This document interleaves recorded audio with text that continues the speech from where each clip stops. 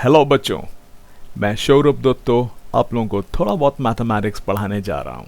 आज हम लोग स्टार्ट करने वाले हैं एक सीरीज़ जो कि क्लास 10th के एनसीईआरटी के ऊपर बेस्ड होगा। सबसे पहला चैप्टर हम लोग वो स्टार्ट करने वाले हैं जिसमें कि मैक्सिमम दिक्कत बच्चों को होती है। ये टॉपिक है ट्रिग्नोमेट्री। क्या आपको पता है ट्रिग्नोमेट्री किसने ढूंढी थी? ट्रिग्नोमेट्री ढूंढी थी, या फिर कहा जाता है फादर ऑफ ट्रिग्नोमेट्री, हिपार्कस, एक ग्रीक एस्ट्रोनॉमर थे, उसके नाम में दर्ज है। अब हिपार्कस ने क्या किया था, जो कि एक ग्रीक मैथमेटिशियन भी है, उन्होंने एक कॉर्ड टेबल बनाया था जो कि ट्रिग्नोमेट्री के ऊपर बेस्ड था, और इससे इन्होंने एस्ट्रोनॉमिकल डिस्टेंसेस को निकाला था।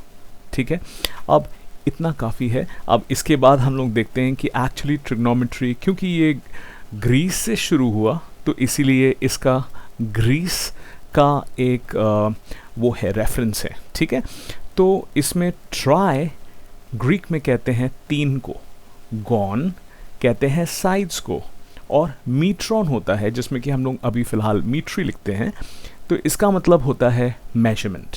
ठीक है, so it is the measurement of the 3 sides of a triangle and it's study. ठीक है, तो ये है आपके पास ट्रिग्नोमेट्री। ट्रिग्नोमेट्री में कोई भी डिस्टेंस अगर आपके पास निकालना हो या फिर कोई हाइट निकालना हो तो एक राइट एंगल ट्रायंगल को यूज़ करके हम निकालने की कोशिश करते हैं। अब ट्रिग्नोमेट्री में आप लोग ने देखा कि 3 साइड्स की हम लोग ने बात की। अब इसके अलावा अगर हम यहाँ पे बात करें कि तीनों साइड्स को मिला करके एक ट्रायंगल बना दें, तो इस ट्रायंगल में क्या आपको दिख रहा है कि ये जो साइड्स हैं इनके बीच में जो ये स्पेसेस हैं, ठीक है, एरिया के, उसको हम क्या कह सकते हैं? उसको हम एंगल कह सकते हैं। ठीक है, तो एक्चुअली ये ट्रायंगल के साइड्स और एंगल्स के स्टडी के बारे में है। ठीक है, तो इन दोनों को जॉइन करके हमारे पास बने हैं ट्रिग्नोमेट्रिक रेशियोज जो कि 6 हैं। तो पहला है आपके पास साइन, जो कि एक एब्रीविएशन है। इसका फुल फॉर्म क्या हो जाएगा? एन में बस ई लगा देंगे। ठीक है, अब ये है कोसाइन। ठीक है, तो इसको शॉर्ट फॉर्म में या एब्रीविएशन में हम लोग कॉस लिखते हैं। फिर इसके बाद है आपके पास टैंजेंट, जिसका कि short form tan, cotangent, second, cosecant. ठीक है, ये एब्रीविएशंस है, और जो मैंने आपको अभी बताया वो उसके फुल फॉर्म्स हैं। तो ये होते हैं 6 ट्रिग्नोमेट्रिक रेशियोज जो कि रिलेशन बनाते हैं साइड्स और एंगल्स के बीच में। ठीक है, so what are these 6 trigonometric ratios? Sine, cos, tan, cot, sec, cosec. They are the ratios of the sides of a right angle triangle which is equal to either of these 6 trigonometric ratios. Thus, they develop a relation between the sides and the angles. ठीक है, तो sides और angles के बीच में relation बनाने के लिए हमारे पास ये 6 trigonometric ratios हैं। इनफैक्ट ऊपर के 3 ही important है और नीचे के 3 बस उसके इन्वर्स हैं। अब देख लेते हैं क्या होता है। सबसे पहले तो थोड़ा सा हम राइट एंगल ट्राइंगल को और डिटेल में देखेंगे। तो देखिए, इस ट्रायंगल में जो सबसे बड़ा एंगल है वो कौन सा है अमरीश? वो 90 डिग्री है। क्यों? एंगल सी क्या उससे बड़ा नहीं हो सकता? हाँ श्वेता, नहीं हो सकता। क्यों नहीं हो सकता? बाकी लोग हमें बता सकते हैं क्लास में। बहुत सही हर्ष बोल रहा है, क्योंकि अगर हम 3 एंगल्स का सम की बात करें जो कि एक ट्रायंगल में है, वो 180 के बराबर होता है। तो अगर एक 90 है और दूसरा 91 है तो इन दोनों का ही सम 181 हो जाएगा। ठीक है, तो इसीलिए ये पॉसिबल नहीं है कि अगर एक एंगल 90 है उससे बड़ा कोई और एंगल इस ट्रायंगल में होगा। ठीक है, so there is just 190 degree in a triangle and such a triangle is known as a right angle triangle. अब जो साइड आपके पास ये 90 डिग्री या राइट एंगल, जिसको कि हम इस तरीके से मार्क करते हैं, जो कि एक तरह से 2 स्ट्रेट लाइंस जो परपेंडिकुलर हैं, ठीक है, वो एक एंगुलर पोर्शन में जब हम बनाते हैं तो वो एक राइट एंगल को रिप्रेजेंट करता है। ठीक है, तो इसके सामने जो साइड होता है उसको हमेशा हम हाइपोटेन्यूज बोलते हैं, ठीक है। अब मैं उसको लिख देता हूँ, यहाँ पे क्या है आपके पास, यहाँ पे हाइपोटेन्यूज है।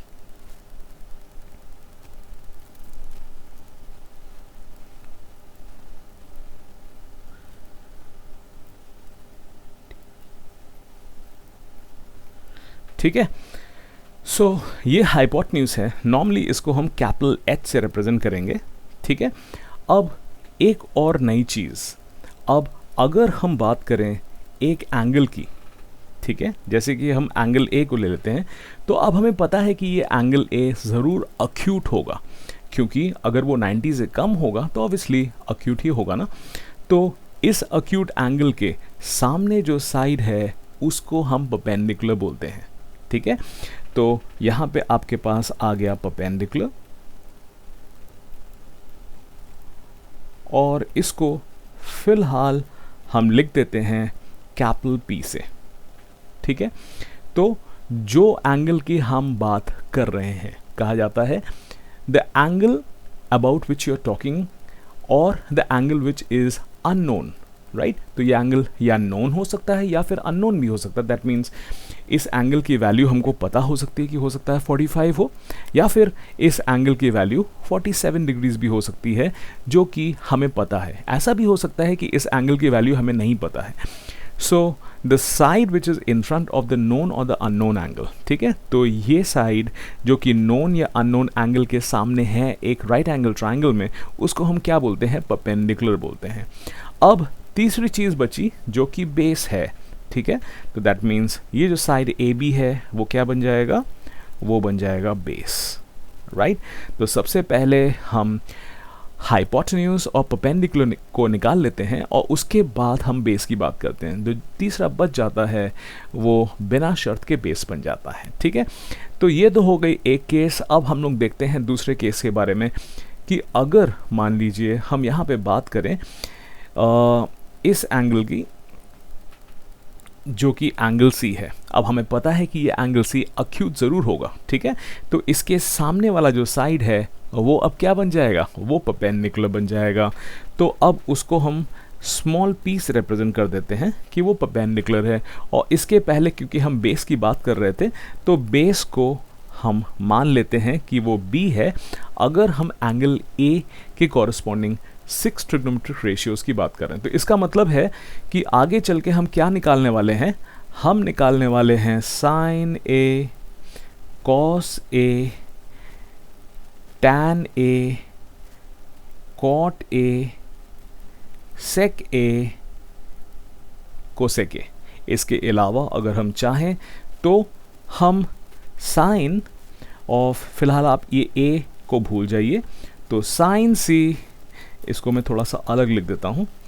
तो हम मान लेते हैं कि आपके पास थोड़ा सा ऊपर हम लिख देते हैं, तो साइन सी, कॉस सी, टैन सी, कॉट सी, सेक सी, कोसेक सी, राइट। तो ये हो जाएंगे अगर हम एंगल सी के कॉरस्पॉन्डिंग साइड्स की बात कर रहे हैं, ठीक है। तो फिलहाल ये सारे सी जितने हैं उन सबको मैं मिटा देता हूँ कि ये दिखाता है कि हम अभी एंगल ए की बात करते हैं और उसके बाद हम एंगल सी से भी निकाल लेंगे। बट फिलहाल हम ये समझ लेते हैं कि एंगल सी की बात अगर हम कर रहे हैं तो हमारे साइड्स क्या क्या बन जाएंगे, क्योंकि इसी के बाद जो ट्रिग्नोमेट्रिक रेशियोज़ आपके पास आने वाले हैं ये 6, उनकी वैल्यूज़ आप कैलकुलेट कर पाओगे। तो अगर हमारे पास एंगल सी की हम बात कर रहे हैं, ठीक है, तो एंगल सी से हमारे पास साइन सी होगा, हमारे पास कोसेक सी होगा। इस तरीके से अगर हम बात कर रहे हैं तो हमें साइड्स के बारे में पता होना चाहिए कि वो परपेंडिकुलर है या बेस है या हाइपोटेन्यूज है, वो हम निकालने वाले हैं। तो अगर अब हम सी के कॉरस्पॉन्डिंग बात करें तो जो साइड एंगल सी के सामने था वो परपेंडिकुलर बन गया, राइट। जो 90 के सामने है वो हमेशा से ही हाइपोटेन्यूज बनेगा, ठीक है। और जो तीसरा साइड है मतलब BC, वो अब बन जाएगा बेस, ठीक है। तो इस तरीके से अब हम sign, cos, tan, cot, sec, cosec जो 6 ट्रिग्नोमेट्रिक रेशियोज़ हैं उनके वैल्यूज़ के बारे में हम बात कर सकते हैं, ठीक है। अब बेटा आपके पास क्या है कि अगर हम यहाँ पे बात करें साइन ए की, ठीक है। तो साइन ए होता है आपके पास परपेंडिकुलर अपॉन हाइपोटेन्यूज, ठीक है। अगर हम कॉस ए की बात करें तो कॉस ए होता है आपके पास base upon hypotenuse. Tan A की अगर हम बात करें तो वो होता है परपेंडिकुलर अपॉन बेस, और कॉट ए की अगर हम बात करें तो वो होगा बेस अपॉन परपेंडिकुलर। सेक ए की अगर हम बात करें तो वो हो जाएगा हाइपोटेन्यूज अपॉन बेस, और अगर हम कोसेक ए की बात करें तो वो हो जाएगा हाइपोटेन्यूज अपॉन परपेंडिकुलर, ठीक है। इन सब को अगर आप थोड़ा गौर से देखें तो आपको ये दिखेगा कि यहाँ पे हमारे पास दो ट्रिग्नोमेट्रिक रेशियोज ऐसे हैं जो कि आपस में रिलेटेड हैं। जैसे कि अगर हम साइन की बात करें और अगर हम बात करें कोसेक की, ठीक है।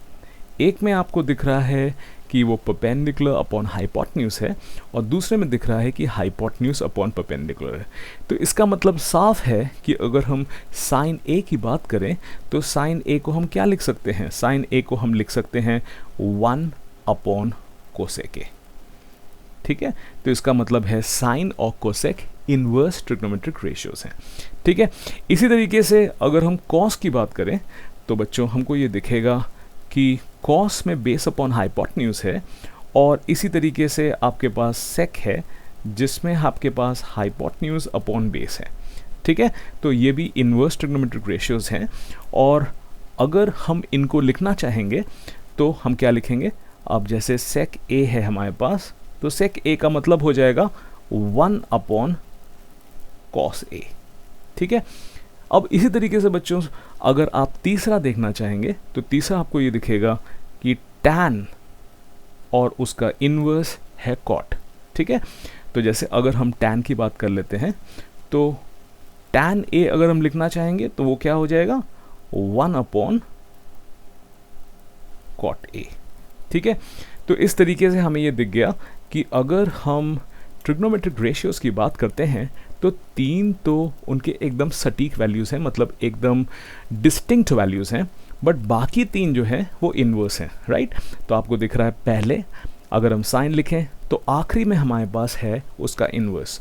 दूसरा अगर कॉस है तो सेकंड लास्ट है सेक जो कि उसका इनवर्स है, और तीसरा अगर हम टैन की बात करें तो थर्ड लास्ट दैट मीन्स नीचे से तीसरा वो उसका इनवर्स कॉट है, ठीक है। तो इस तरीके से हमारे पास ये ट्रिग्नोमेट्रिक रेशियोज हैं 6, और अलग अलग तरीके से इसको याद किया जाता है। मैं तो ये कहूँगा कि आप पहले दो को याद कर लीजिए। साइन में क्या होगा ऊपर परपेंडिकुलर, ठीक है, आप इस तरह से याद करो, क्योंकि हम राइट एंगल ट्राइंगल की बात कर रहे हैं तो हम परपेंडिकुलर, हमें पता है कि कोई न कोई दो साइड्स परपेंडिकुलर होंगी, तो हम परपेंडिकुलर को सबसे पहले लिख लेंगे, ठीक है। और उसके बाद हाइपोटेन्यूज तो आना ही है जो कि पता है क्योंकि 90 के सामने वाला साइड है, तो तीसरा साइड क्या होगा बेस। तो अगली बार अब हम जब कॉस की बात करेंगे तो कॉस के न्यूमरेटर में बेस लिख लेंगे, और क्योंकि हाइपोटेन्यूज हमको पता ही था तो दोनों के डिनोमिनेटर में हाइपोटेन्यूज लिख देंगे, तो हमें साइन और कोसाइन दोनों की वैल्यूज़ मिल जाएंगी। अब अगर साइन की जो वैल्यू है वो अगर आप कोसाइन से डिवाइड कर देंगे that means perpendicular upon base आपको मिलेगा, जो आपको यहाँ पे दिख रहा है tan a is equal to perpendicular upon base.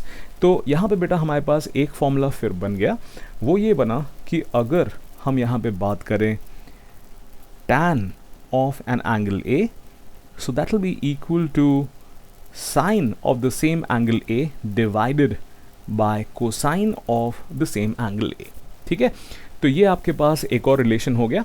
अब इन सारी बातों को मैं एक बार जल्दी से बता देता हूँ जिसमें कि कहीं पे कोई डाउट अगर रहा होगा तो वो सब क्लियर हो जाएगा। देखिए हम यहाँ पे ट्रिग्नोमेट्री की बात कर रहे हैं और यहाँ पे हम क्लास 10 CBSE के लिए NCERT के लिए एक सीरीज़ हमने बनाया है और उसको हम लोग देख रहे हैं, और ये उसका पहला एपिसोड है। तो जैसा कि इसका टॉपिक का नाम है इंट्रोडक्शन, तो हम उससे कैसे हट सकते हैं, हमें इसको इंट्रोड्यूस ही करना पड़ेगा। तो इंट्रोड्यूस करने में हम पीछे नहीं हटेंगे, हम सारी चीज़ें बताएंगे। देखिए ये ट्रिग्नोमेट्री जो है ये निकाला था मिस्टर हिपार्कस, जो कि एक ग्रीक एस्ट्रोनॉमर और मैथमेटिशियन थे, ठीक है। तो मिस्टर हिपार्कस ने क्या किया था, उन्होंने एक क्वाड टेबल बनाया था जिसके बारे में आप इंटरनेट में जाके सर्च कर सकते हो, जिससे कि एस्ट्रोनॉमिकल डिस्टेंसेस, मतलब distance between stars, distance between planets, distance between star and planet, ठीक है, ये सब जो डिस्टेंसेस हैं वो निकाला जा सकता है, ठीक है। So that is why Hipparchus, who is a Greek astronomer, is known as the father of trigonometry. इसका कोई biological reason नहीं है, ठीक है। So don't try searching for the mother of trigonometry. Okay. Now, children, here, whenever we talk about a trigonometry topic, right, we require a right angle triangle, because उसी से हमको ये 6 ट्रिग्नोमेट्रिक रेशियोज मिलेंगी, sign, cos, tan, cot, sec, cosec. अब पहली चीज़ ये है कि ट्रिग्नोमेट्री का मतलब क्या है। देखिए, ट्राई एक ग्रीक क्योंकि एस्ट्रोनॉमर ने निकाला है तो उसी के शब्दावली से हम लोग ने ये निकाला है, उसी के वोकैबुलरी से। Try mean 3, gone means sides, और मीट्रॉन मीन्स मेजरमेंट। तो अगर हम कोई एक ऐसे फिगर का मेजरमेंट करें जिसके कि 3 साइड्स हैं, तो हम ट्रिग्नोमेट्री की बात करेंगे। तो यहाँ पे अगर हमारे पास एक राइट एंगल ट्रायंगल है, ठीक है, तो इसमें ना ही 3 साइड्स हैं, पर इसके अलावा हमारे पास 3 एंगल्स भी हैं, ठीक है। और अगर हम राइट एंगल ट्रायंगल की बात करेंगे तो एक एंगल जो सबसे बड़ा है वो कौन सा है, वो ये वाला एंगल है, और ये एंगल आपके पास परपेंडिकुलर है। परपेंडिकुलर के सामने इसका मतलब है कि ये एंगल आपके पास 90 है, ठीक है। ये दोनों साइड लेंस परपेंडिकुलर है, दैट मीन्स इन दोनों के बीच में जो एंगल है वो 1 राइट एंगल या 90 डिग्री है, ठीक है। तो अगर हम बात करें इस एंगल के सामने वाले साइड की, तो वो इस ट्रायंगल का सबसे बड़ा साइड हो जाएगा। मुझे ये लगता है कि आप लोगों को पता होगा कि एक थ्योरम है ट्रायंगल में, वो आपने पढ़ा होगा कि in front of the largest angle is the largest side, ठीक है। तो ये लार्जेस्ट एंगल है, तो इसके सामने वाला साइड जो है वो लार्जेस्ट होगा, और वो क्या है, वो कहलाता है हाइपोटेन्यूज। और उसको अगर हमने यहाँ पे कैपिटल एच से लिखा है, ठीक है, जो एंगल की हम बात कर रहे हैं क्वेश्चन में, ठीक उसी के सामने जो साइड होगा उसको हम बोलते हैं परपेंडिकुलर, तो उसको हम लोग ने कैपिटल बी से लिखा है। और जो तीसरा साइड है वो बेस बन जाता है। तो बेस ज़रूरी नहीं है कि वो हॉरिजॉन्टल ही हो, और दूसरे साइड्स भी बेस बन सकते हैं। ओके, अब अगर हम एंगल सी की बात करें, दैट मीन्स मान लीजिए हमें कॉस सी निकालना है या फिर हमें कोसेक सी निकालना है, तो फिर हम क्या करेंगे, तो वही पुरानी बात, 90 के सामने वाला साइड हाइपोटेन्यूज, जिस एंगल की बात कर रहे हैं उसके सामने वाला साइड अब परपेंडिकुलर बन जाएगा, और तीसरा वाला साइड बन जाएगा बेस, ठीक है। तो मुझे अब लगता है दोनों ही एंगल से अब आप परपेंडिकुलर और बेस को निकाल लेंगे। तो फिर अब 6 जो हमारे ट्रिग्नोमेट्रिक रेशियोज हैं उसकी बात करते हैं। कोई ट्रिग्नोमेट्रिक रेशियो क्या होता है, उससे हम रिलेशन निकाल सकते हैं साइड्स और एंगल्स के बारे में, क्योंकि हमारे पास यहाँ पे 2 चीज़ है निकालने के लिए, एक तीनों साइड्स और दूसरा तीनों एंगल्स, ठीक है।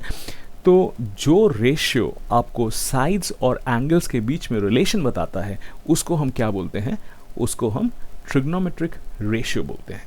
अब ये ट्रिग्नोमेट्रिक रेशियो 6 होते हैं, साइन और उसका इन्वर्स कोसेक, कॉस और उसका इन्वर्स सेक, टैन और उसका इन्वर्स कॉट, ठीक है।